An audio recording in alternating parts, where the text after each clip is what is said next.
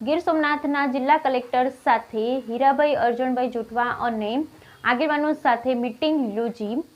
ડિમોલેશનમાં વિસ્થાપિત થયેલા પરિવારોને પુનઃસ્થાપિત કરવા અથવા 90 દિવસ સુધી વૈકલ્પિક વ્યવસ્થા આપવા બાબતે બેઠક યોજાઈ। ગીર સોમનાથ જિલ્લા કલેક્ટરને હીરાભાઈ અર્જણભાઈ જોટવાની આગેવાની સાથે મુલાકાત લઈ ડિમોલેશનની કામગીરી વિસ્થાપિત થયેલ પરિવારને પુનઃસ્થાપિત અથવા 90 દિવસ સુધીની વૈકલ્પિક વ્યવસ્થા બાબતે બેઠક યોજાયેલ। આજરોજ તારીખ 27/6/2024ના રોજ હીરાભાઈ જોટવાની આગેવાનીમાં કોંગ્રેસ પ્રતિનિધિ મંડળ દ્વારા કલેક્ટર સાહેબની મુલાકાત લઈ હાલ તંત્ર દ્વારા ચાલતા ડિમોલેશન કામગીરી વિસ્થાપિત થયેલ પરિવારોને પુનઃસ્થાપિત અથવા 90 દિવસ સુધી વૈકલ્પિક વ્યવસ્થા કરવી તેમજ હાલ ચોમાસામાં ડિમોલેશનના લીધે ઘર વિહોણા ના થાય તે માટે તકેદારી રાખવી તેમજ ઈણાજ અને ઉમરેઠી ગામમાં સામૂહિક શોપિંગ અથવા ગામ હાટનું આયોજન કરી ગામ લોકોને ફરી દુકાનો મળે તેવું રજૂઆત કરેલ તેમજ તાલાલાના ફોરેસ્ટ પાવલે પાસેના 16 ગામોમાં હાલ ચોમાસું હોય પેશકદમી દૂર કરવાની કામગીરી મોકૂફ રાખવા વિનંતી કરેલ જે તમામ મુદ્દાઓનું કલેક્ટર સાહેબ દ્વારા હકારાત્મક અભિગમ રાખી લોકોને રાહત પહોંચે તેવી ખાતરી આપેલ હતી। બ્યુરો રિપોર્ટ સોની યોગેશભાઈ સતીકુંવર વેરાવળ।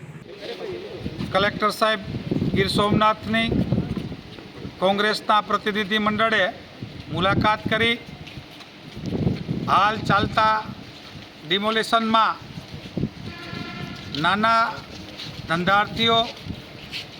અને જેમને ચોમાસામાં ઘર નથી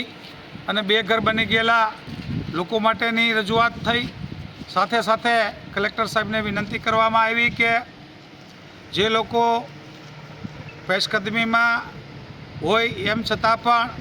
ચોમાસા દરમિયાન બેઘર થાય તો સરકારશ્રીની જવાબદારી છે કે વિસ્થાપિતને પ્રસ્થાપિત કરવાની, એમના બદલે વિસ્થાપિત થાય તો એ લોકોને પણ જેવા ભૂકંપ હોય, હુલળ હોય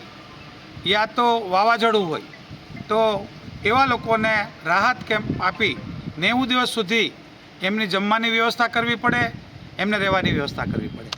એમના માટે અમે ગુસ્સાના લોકો માટેની વિનંતી કરી, સાહેબે હકારાત્મક વાત કરી અને એમના માટે જે પણ એમનાથી થઈ શકે એવી ખાતરી આપી। સાથે ઈણાજ અને ઉમરેઠી ગામના જે આસામીઓની નાના રોજગારો ધંધાઓ બંધ થયા,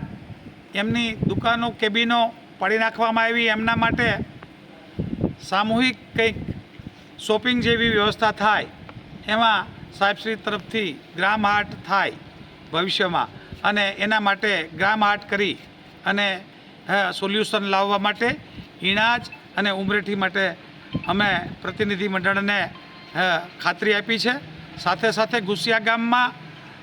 4-5 જણા સનદવાળા હતા, એમના મકાનો પર તૂટ્યા,